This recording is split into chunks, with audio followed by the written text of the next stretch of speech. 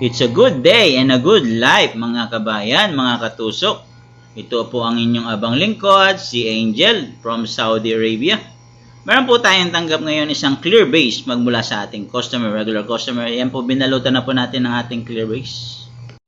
Naglagay din po tayo ng moss green at ang baby roses sa loob ng ating base, clear base.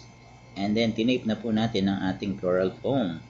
Then mag-start na po tayo magtusok ng masinjana na kinat natin ng pa-V-shape, at sa baba ay yung pinagputulan naman natin 3 piraso ng ating masinjana. Then maglalagay na rin po tayo ng tinusok na pabilog na masinjana sa ating likuran para matakpan po lahat ng nating floral foam. Then maglalagay din po tayo ng pa-V-shape na masinjana sa bandang baba para matakpan naman po natin ang ating mga tape na nilagay, para wala pong chismis na lumitaw. Then mag-start na po tayo maglagay ng ating lavender.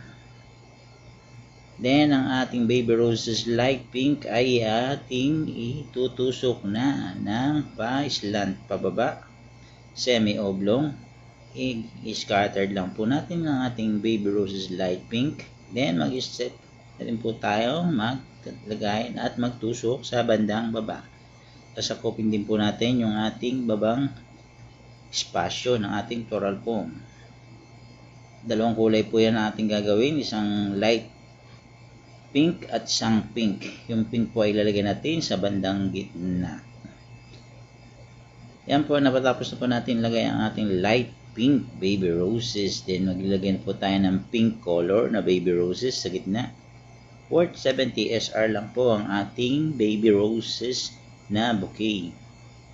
Nilakihan lang natin ang buka ng masinjana para magmukhang malaki ang ating base, at para ang ating bouquet ay maging malaki at magmukhang 100 SR, pero 70 SR lang ang binayaran ng ating customer. Natapos na po natin ilagay ang ating mga baby roses. Then maglalagay na po tayo ng mga accessoire ng ating lavender color ng accessoire. At maglalagay din po tayo ng gypsophilia, pandagdag design at pandagdag laki, para po magmukhang malaki ang ating base o ating flower arrange.